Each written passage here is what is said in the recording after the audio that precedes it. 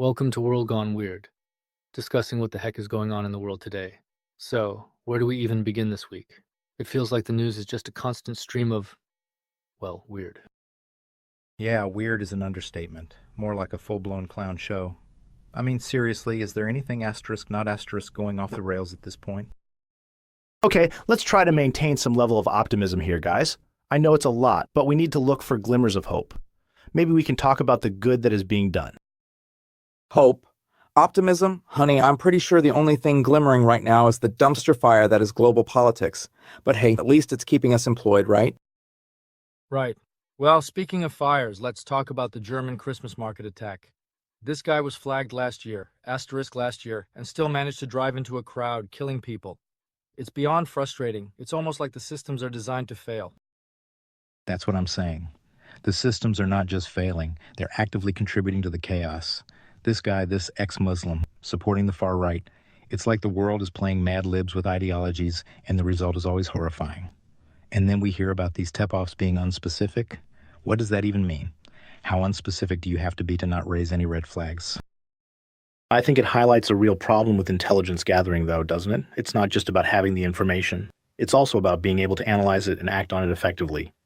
Like, you can be drowning in information, but if you can't connect the dots, it doesn't mean a thing. And, the rise of far-right extremism is concerning everywhere. Oh, honey, connecting dots?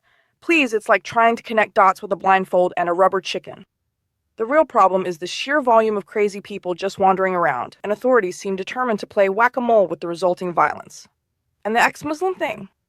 Talk about an identity crisis. Next week, he'll be a vegan, and the week after that, who knows, he'll start a yodeling choir. I mean, the absurdity is just on another level. Vulnerable is the word. It makes you question the entire narrative, doesn't it? How much of what we think we know is actually being manipulated? I mean, the authorities get a tip from Saudi Arabia, then from their own immigration office, and still, this guy drives a car into a crowd. It just stinks of incompetence, and all this talk about right-wing extremism. While it's concerning, we need to remember to be objective and not just create a monster under the bed from everything. But also think of all the good that can come from these communities. Look at all the movements that are organized on the internet to help vulnerable people. But I do agree there is an issue with the spread of misinformation. It's so hard to know what to believe. That man in Germany could have been anyone who had hate in their heart, and the fact is the system failed, like person one said. These are the real problems we need to solve. Oh, the internet, the great connector of the world's weirdos. You can find a community for anything, even if your hobby is pretending to be a squirrel on Tuesdays. But sure, good and bad, it's all out there. Honestly, at this point, I'm half expecting that our German friend was just tired of Christmas carols and took extreme measures to shut down the festivities. Maybe he was just thinking about all the gift returns. 'Tis the season to be angry, apparently. It's a dark thought, but not that far off, I think, given what we see happening elsewhere, like the subway arson attack. An illegal immigrant who was previously deported returns and sets a woman on fire. I mean, what is going on? It's like a twisted game of what's the most shocking thing we can do this week. And that's the narrative they're pushing. Illegal immigrant commits heinous crime. It's so easy to use these incidents to fuel the anti-immigrant sentiment, and it's exactly what's happening. The facts are bad enough, but then they're spun into some kind of agenda, and this story is a perfect example. You get all these politicians pointing fingers, and it just further divides us. Like we need any more division right now. It's a nightmare, a bloody nightmare. It's absolutely horrific, and I completely agree it's used to further a political agenda, which is just terrible. This attack and the one in Germany, they are the result of deep-seated issues within humanity, not just immigration. It's hate, it's anger, it's a feeling of disenfranchisement. We need to understand why people feel so desperate and angry that they would commit such terrible acts, instead of just turning it into a political battleground. Oh, honey, they're all desperate and angry. It's like the world's largest pity party, and everyone's trying to one-up each other with their stories of woe. Oh, you're angry? Well, I'm more angry. And the guy being an illegal immigrant. The news is just trying to make the outrage that much stronger. I mean, you might as well turn the news into a soap opera. Tune in next week to see who gets set on fire next. It's like we're living in a feedback loop of outrage and tragedy, and then that outrage feeds into even more tragedy.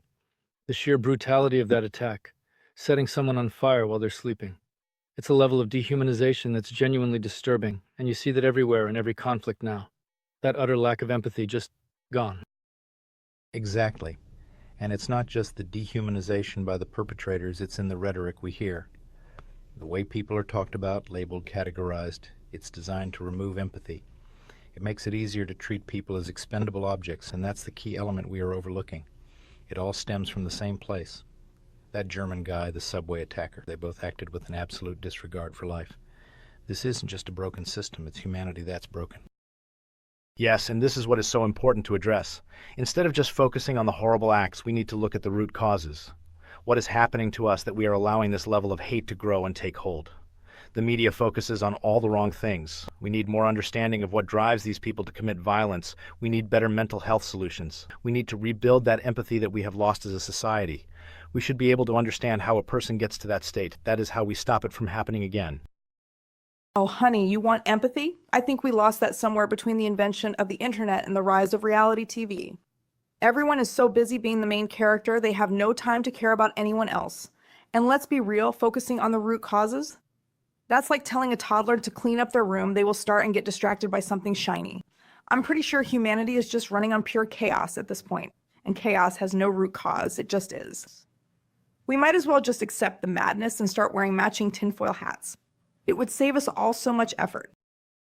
And that chaos is not random, it's often deliberately manufactured. Take the friendly fire incident in the Red Sea.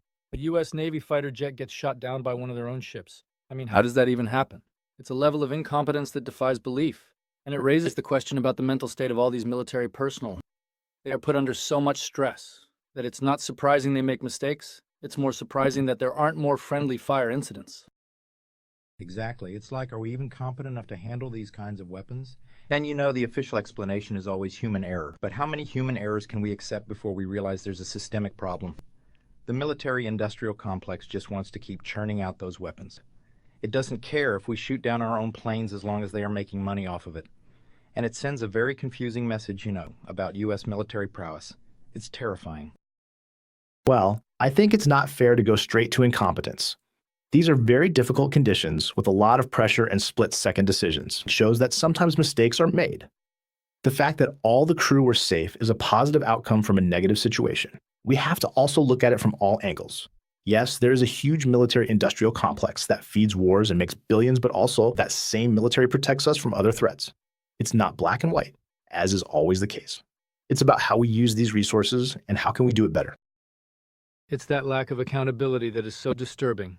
No one seems to ever face any real consequences for these massive failures. That's why the UN is such a joke.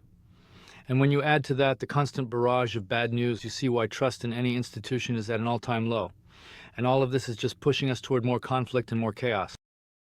Yes, and that's exactly what I'm saying. The UN, the IAEA, the World Bank, they're all just these big, bloated bureaucracies that are completely ineffective. They can't even agree on anything, never mind actually solve a problem. It just seems to me that they are there to take all the credit and none of the blame. And the trust thing? Trust is something you asterisk or an asterisk, not something you demand. And these institutions have proven time and time again that they are not up to the task. We need reform, a complete overhaul. But I do think it's unfair to say they're completely useless. They've done so much good work over the years, even if it's not always in the spotlight. The problem is they're often bogged down in politics and bureaucracy. We need to find ways to make them more accountable and effective, because at the end of the day, they are the best chance we have to coordinate global efforts. It's easy to complain, but we need to be proactive and make positive changes. That's the cynical take, but you're not entirely wrong. All of these failings and the seeming inability of any institution to get a handle on things, it is all connected to a deeper problem, the psychology of conflict. We're seeing people dehumanize each other, become increasingly tribal and polarized, and it's all playing out on a global scale. We are seeing a constant stream of anger and resentment that is creating the world of today, and it is terrifying. Exactly. It's not just about geopolitics and economics, it's about the human psyche. It's like we're hardwired for conflict, and these societal factors just amplify it. I am sure there are studies showing the increase in aggression in societies that are constantly bombarded with negative information, and the media knows this and uses it to their advantage. It is a self-fulfilling prophecy, and they are the architects of this dystopia. I think there's a lot of research into the psychology of conflict. It explains so much of the behavior that we see on the world stage. It's so easy to fall into the us versus them mentality. But we have to remember that everyone is human with hopes, dreams, and fears. I think the media has a real responsibility to help shape people's perception and try to move us towards understanding and peace. There is too much fear and misinformation out there. We need to change this now. Oh, honey, you want the media to be responsible? That's like asking a fox to guard the henhouse. They thrive on drama and chaos, and they get paid for our outrage. The us versus them mentality? It's the basis of all entertainment.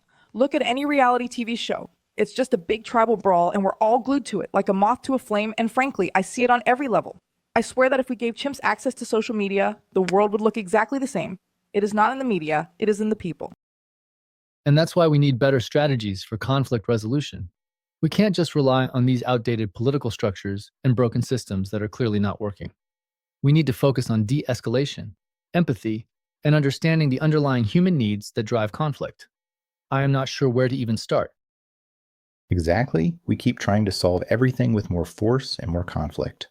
We should learn something from history. It just fuels the cycle. What we need are proactive measures. Maybe we should just cut off social media and the mainstream media just to see if it helps. It is clear they are adding to the noise. Yes, and conflict resolution, it requires empathy, active listening, and a willingness to find common ground. Education also has a major role to play. We need to educate our children with more emotional intelligence skills. We also need to encourage media literacy, so people aren't so easily manipulated. It's all interconnected, I feel.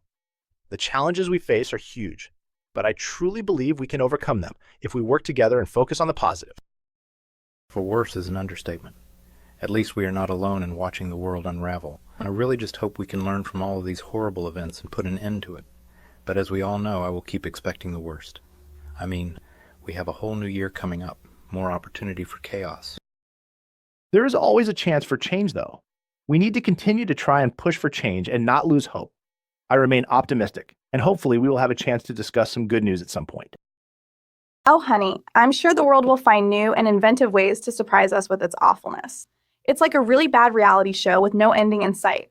But hey, until then, I will continue to find the humor in the madness. So buckle up, everybody, and let's see what the world decides to throw at us next week. Thanks for joining us at World Gone Weird.